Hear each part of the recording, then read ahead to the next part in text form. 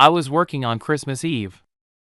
Not the glamorous kind of working you see in movies, just a nearly empty store, fluorescent lights buzzing overhead, a crumpled to-do list in my pocket, and that late-night quiet where you can hear the clock thinking.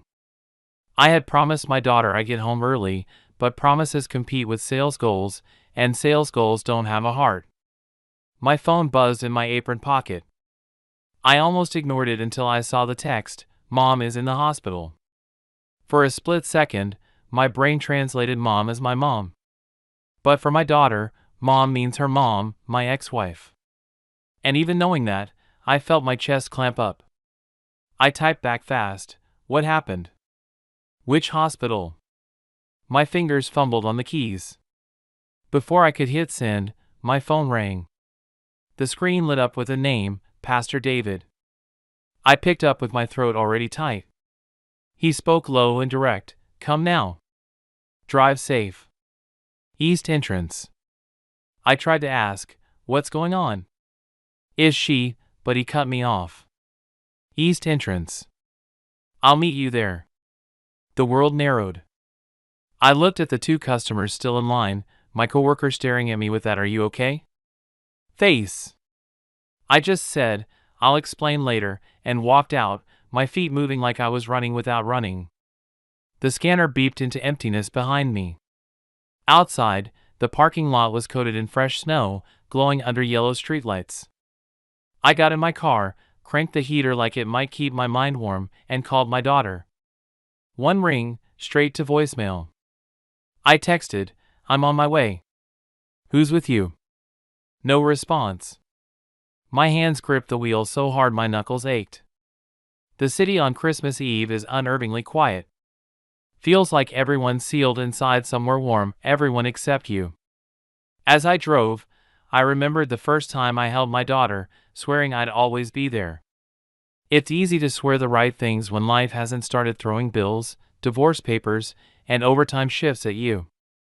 At a red light, I noticed some half-lit holiday decorations, a sleigh made of flickering bulbs, sagging a little on one side. I wished everything in my life could be fixed by plugging it back in. The hospital sign, St. Mary's, glowed blue against the snow. The east entrance parking lot was almost empty. Pastors like quiet entrances, gives you privacy, lets you breathe before you face what's inside. I parked crooked, didn't care. Pastor David stood outside in a dark coat, hands in his pockets, no church smile on his face, just the look of a man about to deliver bad news. "Is she here?" I asked. He nodded but said, "Let's walk." "I'll explain." I hate when people say that. I like my truth raw, all at once. Inside, the warm air smelled like coffee and antiseptic. We passed the darkened gift shop with teddy bears and red scarves and shiny get-well-soon balloons. He spoke quietly, like the hallway could overhear, "Your daughter called me. Your ex-wife was admitted earlier today." My chest tightened. "Why?" "Acute kidney failure on top of chronic disease. She's been hiding it for months." That sentence stopped me mid-step. Hiding it? From her own kid? He shrugged, sad. She thought she was protecting her. Thought she was saving her from worry. That answer pissed me off and broke my heart at the same time. Hiding the truth from your child isn't protection, it's debt with interest. "Why'd you call me like that?" I asked. He exhaled. "Because tonight, someone decided it was time to stop hiding." We turned into a quieter hallway.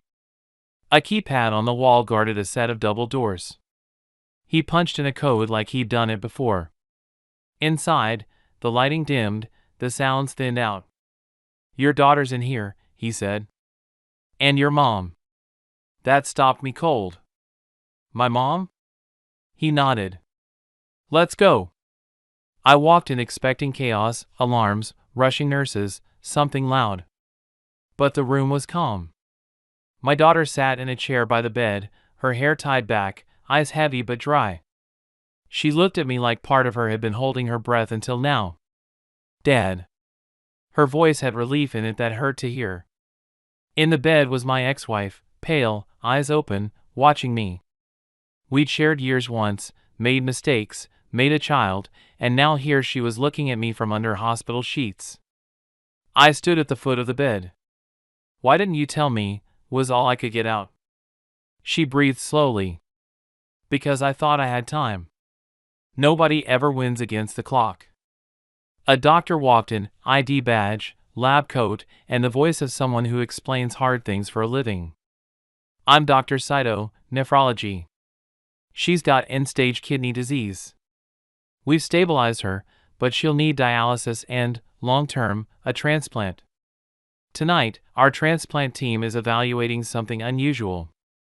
He glanced at me, then the door. "Your mother's undergoing testing." "My mom?" "She insisted on being evaluated as a donor. Initial results are surprisingly good. She's a match." I leaned against the wall. Childhood memories of my mom, apron on, running our house with whatever she had, flooded back. I turned to Pastor David. "You knew?" He nodded gravely. "She called me. Asked me to be here if you couldn't get here in time. My daughter came over like she was afraid I'd fall." I put my hand on the back of her neck. "You knew?"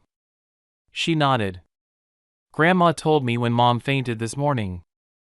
I sent you that text because I knew you'd stay at work unless it was sirens." That one stung, mostly because it was true. My ex looked at me, shame and stubbornness mixed. "I didn't want to be your emergency, again." The doctor kept it clinical, the decisions between the donor and recipient. "The ethics team is on standby. We know it's Christmas Eve, but medicine doesn't keep a calendar." The door opened again. My mom walked in, hair tied back messily, wearing that look of women who've survived 2 lifetimes worth of hard days. She smiled the small smile she saves for serious moments. "Don't bother telling me no.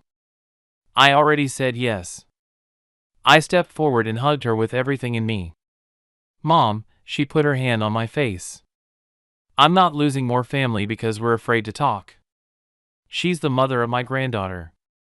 That makes her family. If my kidney fits, it's hers." The room went still. Pastor David stepped back, giving us space. The doctor explained risks, odds, the whole checklist. I only caught half of it. The other half of me was seeing my daughter's future without her mom, seeing years of what-ifs, and knowing we didn't have room for any more secrets. The ethics team came in, asked their questions. Was she being pressured? Did she understand the risks? My mom answered like a woman signing something in ink. "I know the risk. I've faced worse raising this man without a manual. If it works, we get another Christmas. If it doesn't, I tried. That's enough for me." She shut me down when I tried to argue. "Don't know me tonight, son." The snow outside turned from flakes to a fine dust. In here, time started moving like hospital time, slow, then suddenly fast. My daughter leaned on my arm, telling me how her mom had been tired for months, sleeping too much, brushing it off as a cold. "Grandma noticed, made her come here. I texted you because you only listen when it's an emergency." She wasn't wrong. I told her, from now on, no secrets about health. Not with me. Not ever. Pastor David chimed in, "That goes for all of you. No more surprises." Hours passed in that strange mix of fear and routine that hospitals live in. Around 5 a.m., Dr. Saito came back. "Final cross-match confirms compatibility. Surgery can happen in the morning." That morning was Christmas. My mom shrugged. "Best gift I can give." My daughter cried like only a teenager can, angry and grateful at the same time, and hugged both women like she was tying them together. I promised, "I'll be here when you go in and when you come out. And I'll be here after. Not as a visitor, not as a cop watching the past. As a father." My ex nodded. "As a father." The dawn seeped through the blinds. Papers signed, teams called, schedules set. We slept sitting up, paying the toll our bodies demanded. When they came to take both women, there were hugs, hand squeezes, I sang the rest. I hugged my mom and smelled the same scent I'd known since my first day alive. She whispered, "It's going to be fine." I answered, "Thank why," but she cut me off. "I know. The waiting room is purgatory for the living. TV is on mute, bad coffee, prayers from people who don't pray any other day." Pastor David stayed with me. My daughter used my jacket as a blanket and asked questions no one can answer well. What if? I told her what a dad should. Whatever happens, I'm here. The news came in two waves. First, the transplant, kidneys working beautifully, the doctor said. I almost laughed at beautifully. Then, my mom, stable, in recovery. I saw her first. She looked smaller, but still completely herself. "They stole my kidney and I didn't even notice," she joked. I told her it worked. She said, "I believe you more when you say it plain."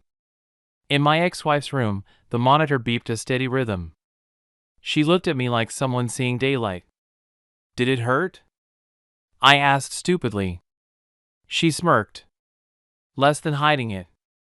My daughter sat holding her mom's hand, occasionally grabbing mine too, bridging us without asking permission. Later, my mom asked me to grab the red tin from her bag.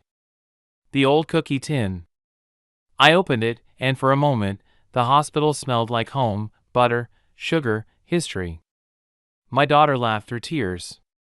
"Grandma, you brought cookies to the hospital?"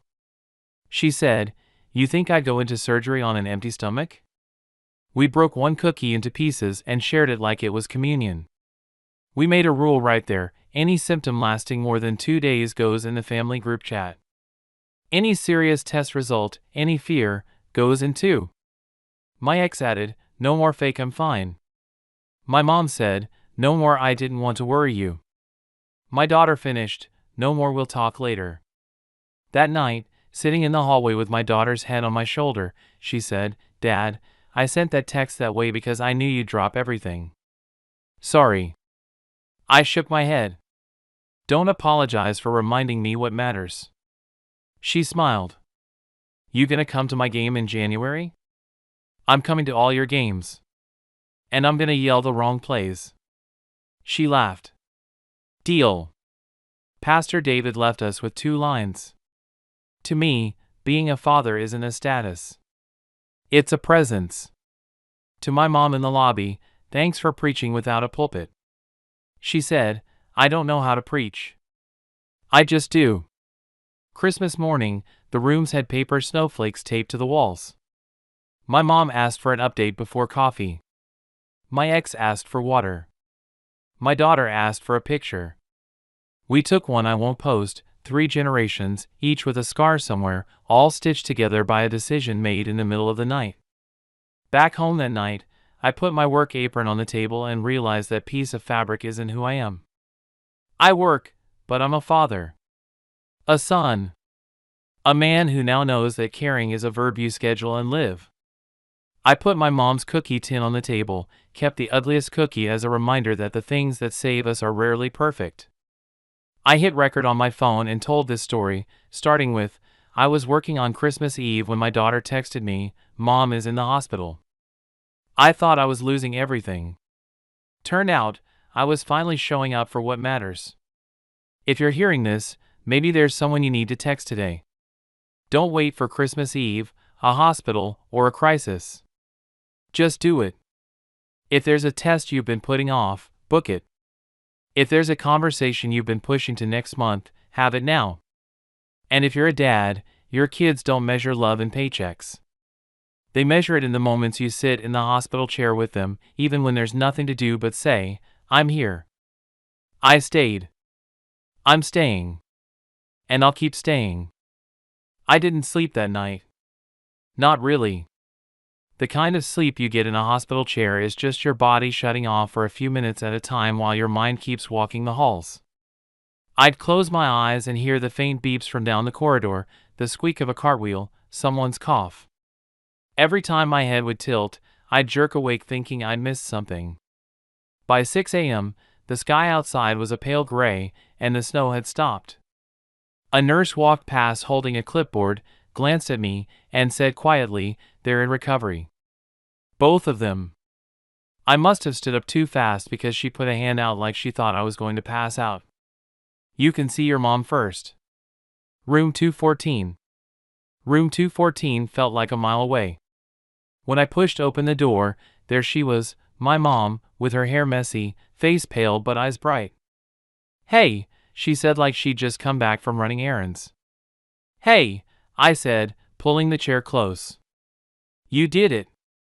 "Of course I did it," she said, matter of fact. "You think I'm going to back out after all that?" I laughed once, shaking my head. "You're unbelievable." "No," she said, "I'm just a mother. And sometimes, being a mother means giving away a part of yourself. Literally." She closed her eyes for a second, and I could tell the pain was catching up. "She's okay?" "Yeah," I said. "She's okay." She let out a breath, like that was the only update she really needed. "Then it's worth it. Every stitch." I stayed with her until she drifted off again, then headed to my ex's room. She was groggy but awake, eyes finding mine almost instantly. "You're still here," she said, voice weak. "Where else would I be?" I pulled up a chair. "Working," she said, smirking a little. I rolled my eyes. "Not today. Not anymore, not like that." There was a quiet moment between us. Years of history, good, bad, and everything in between, just sat there in the room with us. "Why didn't you say something sooner?" I asked. "Because I thought I could handle it. Because I didn't want you to see me like this. Because I didn't want our daughter to worry." She gave a tired shrug. "Pick one." "They're all bad reasons," I said gently. "I know." I didn't push it further. Sometimes the point of being there isn't to fix the past, it's to keep the present from falling apart. My daughter came in then, carrying a hot chocolate from the cafeteria. "They only had the kind with the little marshmallows," she said, handing it to me like that was vital news. We sat there for a while, just the three of us, no one talking much. And for the first time in a long time, it felt like family. Messy, complicated, but real.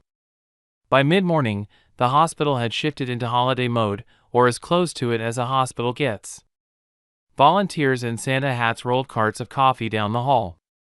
Somebody at the nurse's station was playing Have Yourself a Merry Little Christmas from their phone.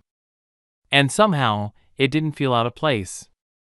I stepped out into the hall for a bit and found Pastor David sitting in the waiting area, sipping coffee from a paper cup.